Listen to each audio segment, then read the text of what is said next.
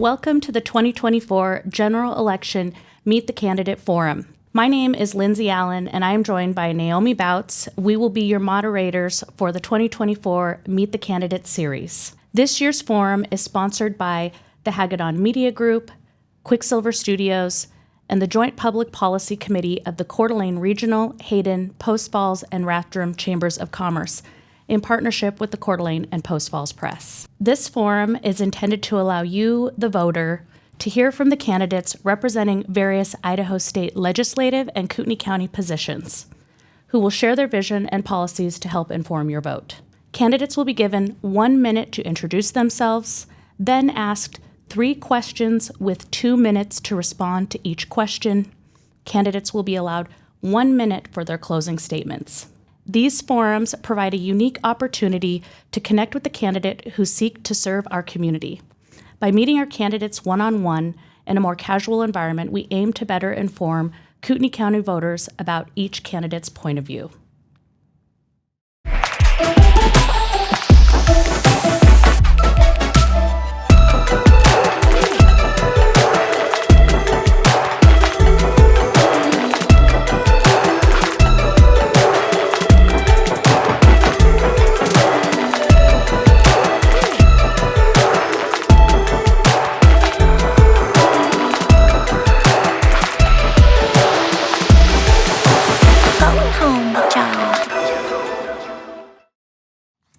Next up, we have Kootenai County Commissioner, seat 3, and we're going to start with incumbent Leslie Duncan. Leslie, please give us an introduction. Sure.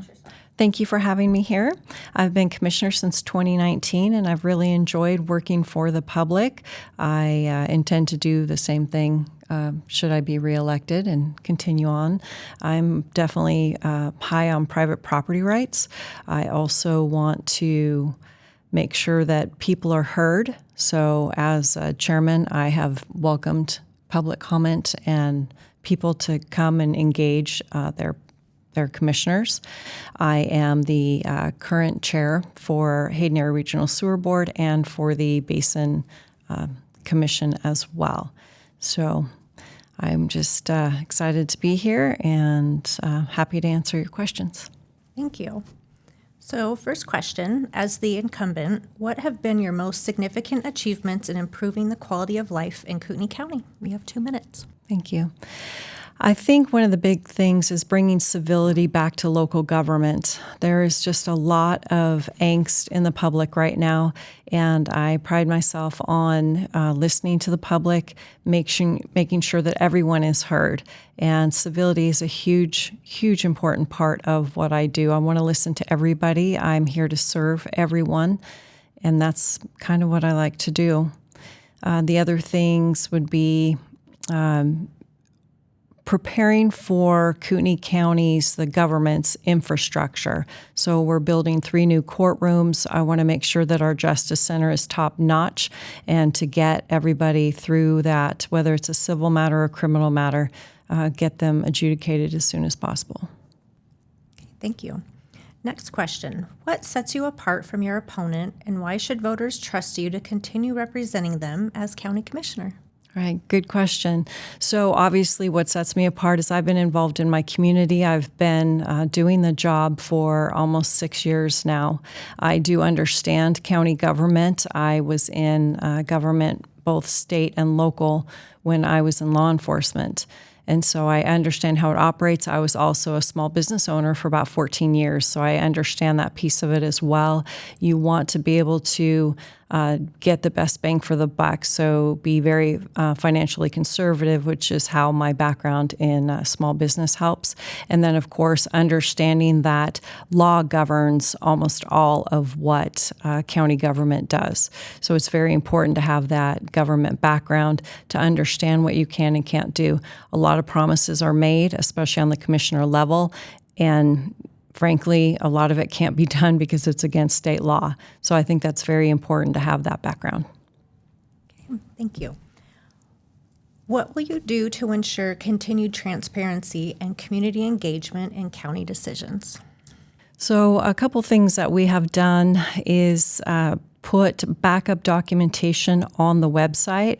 So every Tuesday at 2 o'clock, we have a business meeting, and people are able to go without making a public records request right to the website and see the contracts we're approving, see the MOUs, the documents that we're talking about at the 2 o'clock meeting. We're also doing that for the 10 a.m. meeting. Sometimes there's not a lot of backup documentation, but that really helps the public with the transparency, welcoming them, and hosting town halls.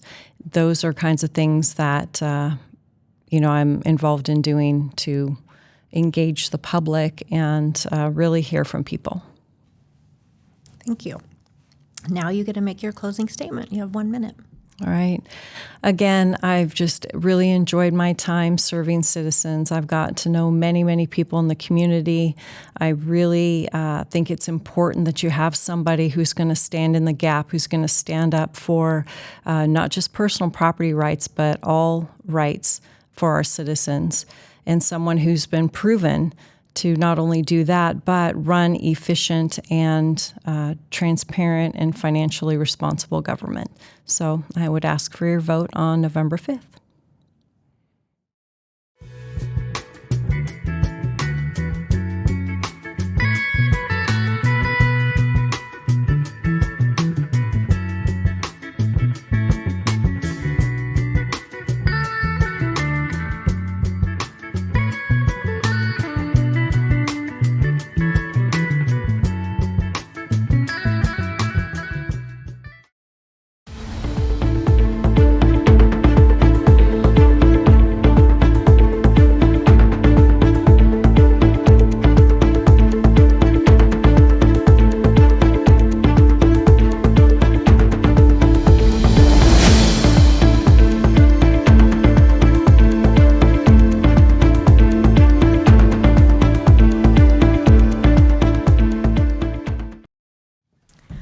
We're going to continue on with Kootenai County Commissioner, Seat 3. And next we have Roger Rowland. Roger, please take a minute to introduce yourself. Thank you very much. Roger Rowland, been in the county 32 years.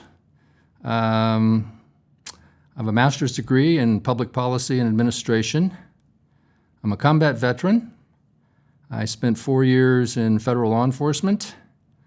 I spent 30 years in the private sector across a variety of industries and senior leadership roles. I ran a successful management consulting firm for 10 years, and I think this is a really special place, and I look forward to continuing to live here and enjoy this special place. Thank you. What key changes would you bring to the role of Kootenai County Commissioner, and how will they benefit the county? You have 2 minutes. Well, I think the first thing I would try to bring is trust. I think trust is extremely important. You have to earn it. And when I say trust, I say bring trust to not only the Board of County Commissioners, but to the other elected officials in the various municipalities, to the other elected officials of Kootenai County, to the tribe, and certainly to the citizens of residents of Kootenai County. So trust is one thing that I think is very important, and I would try to bring to the Board of County Commissioners. Without trust, it's very hard to introduce new ideas and new concepts, and I think we very much need some new ideas and some new concepts. The second thing I would bring is a proactive perspective on growth. We're not going to stop growth in the county. It's a very special place. It's been discovered. People will continue to come here. Short of a catastrophic event, polluting or overusing our aquifer, damaging our drinking water, that will stop growth. A major economic event will also stop growth. But short of that, we're going to continue to grow. And I would like to do whatever I can to manage that growth proactively. And to do that, we need to do some things differently. And I think I have a background and a perspective that would facilitate that. Thirdly, I would like to pay very much attention to the aquifer and protecting the aquifer, our source of drinking water, and it certainly relates to preserving the prairie, our agriculture, And finally, I would say efficiency and effectiveness in government, making sure what we do in government, county government, is providing the best service at the best cost to the residents of Kootenai County. Thank you. What distinguishes your approach to county leadership from your opponents? I think it's very much a matter of perspective. To me, this is new. I'm doing it because I'm a concerned citizen. I don't view it as a job. I view it as public service. My background, my experience is one of problem solving in large, complex organizations. So I tend to look at things from a program or project management perspective. By that, I mean when I see a situation or a problem, my first order of business is to spend the time to understand that problem, to break it down into actionable parts, to set up a project baseline, schedule, budget, deliverables, and manage it as a program. That's the way you make progress. I think I view openness and no hidden agenda as extremely important in the role. I think we need to be above board, put our feelings, our politics, our personal feelings aside, and deal with the issues facing the county. And we have a number of them.